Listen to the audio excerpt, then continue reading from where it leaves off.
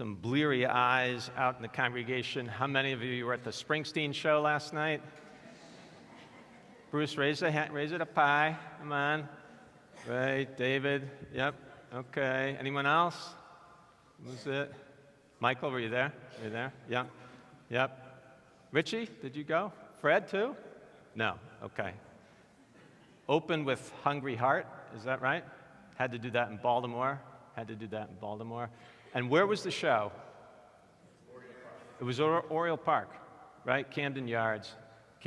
So I wonder if Springsteen being at Camden Yards will change the Orioles' luck. Please, says Jill, right? Change, the Orioles need a little, right? Just a little mazel right now.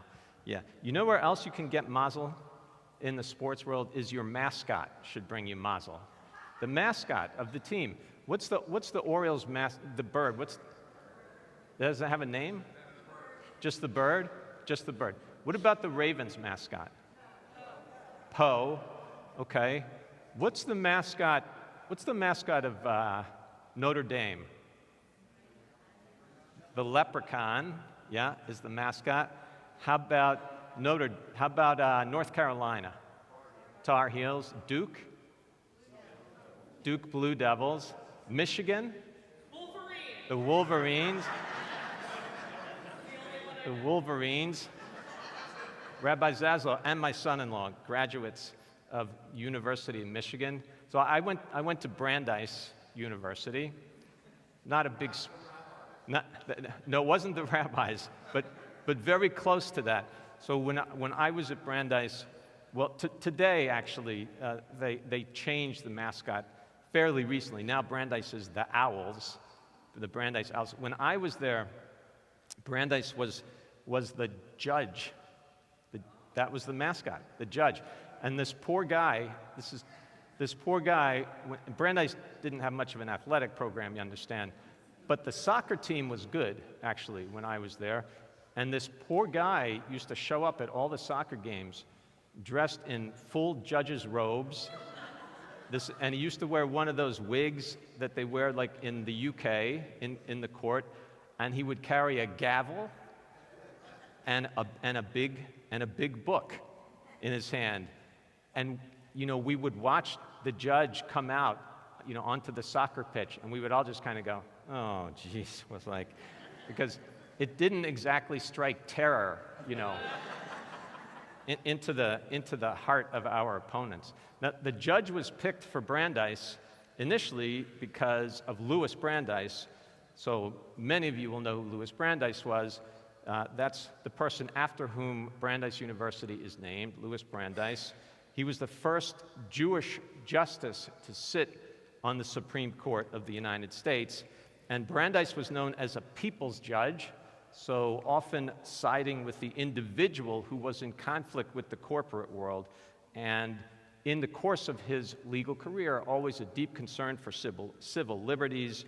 And I've always felt his approach to the law in many ways, maybe particularly because of those two things, was kind of a reflection of his Jewish roots, his Jewish upbringing and Jewish values that he learned as a boy. And it is true that as Jews, we come out of a legalistic tradition. That's true. The Torah is filled with laws, and we talked about it in this morning's Torah portion a little bit. This morning's Torah portion, more laws than any other Torah portion in the entire Torah. Is that right, Rabbi Zaslow? Yes, that's right. So more laws in this morning's Torah portion than any other, and that sense of a legal approach to religious life continued as Judaism developed over time, so through Talmudic times, and the Talmud, kind of by sifting through the Torah's laws, created the Judaism that we practice today. I would call it Rabbinic Judaism. So it always made sense to me, given sort of the legal context of the tradition and how it developed over time, that when the sages were putting together the liturgy for Rosh Hashanah and Yom Kippur, for the Yamim Noraim, the High Holy Days, the figure of God as judge becomes a central metaphor in the Machzor, in the High Holy Day liturgy. God is La'el Orech Din, the Machzor tells us, the God who renders judgment. God, we use these images on Rosh Hashanah and Yom Kippur. God sits on the throne of judgment. God judges us. God even gives us a sentence and decides our fate for the year to come. That's the Unatana Toka prayer. And I don't, those of you who know me know I don't believe that literally. I don't believe it literally. But the metaphor, I think at least, is a useful metaphor for us at this time of year, because if you've been presented with the idea that God is judging you, then what it might actually do is remind you at this time of year particularly that you need to spend some time preparing for the High Holy Days by judging yourself. And the metaphor of God doing that, I think, is intended to remind us precisely of that. The problem is this. I find that we're pretty good judges, but of other people, right? We do pretty well judging other people. We do well looking at someone else and saying, oh, that person struggles with this, or they don't do that well, their failings, what they've done wrong, what they should do better. Judging someone else, sign me up for that. That's relatively easy.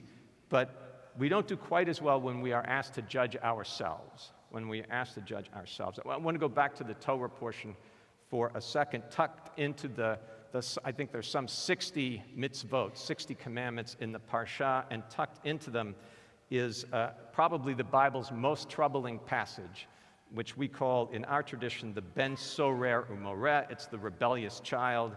The Torah tells us that if a child does not heed his father and mother, Stacy and Neil, pay attention to this. If a child does not heed his or her father and mother, then they are permitted, after disciplining the child, to take the child out to the city gate, to the public square, publicly call him in front of the community a Sorer Umoreh, a rebellious child, and then the men of the town take stones and stone the child to death. That's what it says. It's right in this morning's Parsha. Now, Emily's like, oh my, it goes without saying that in our eyes today, modern people living in the Western world, in the 21st century, a passage like that in the Bible it's really almost beyond comprehension. If anything, we might be able to understand it as a practice from antiquity, something that took place 2,500 or 3,000 years ago, but that has absolutely no place in our society today, in our culture today, in our world today.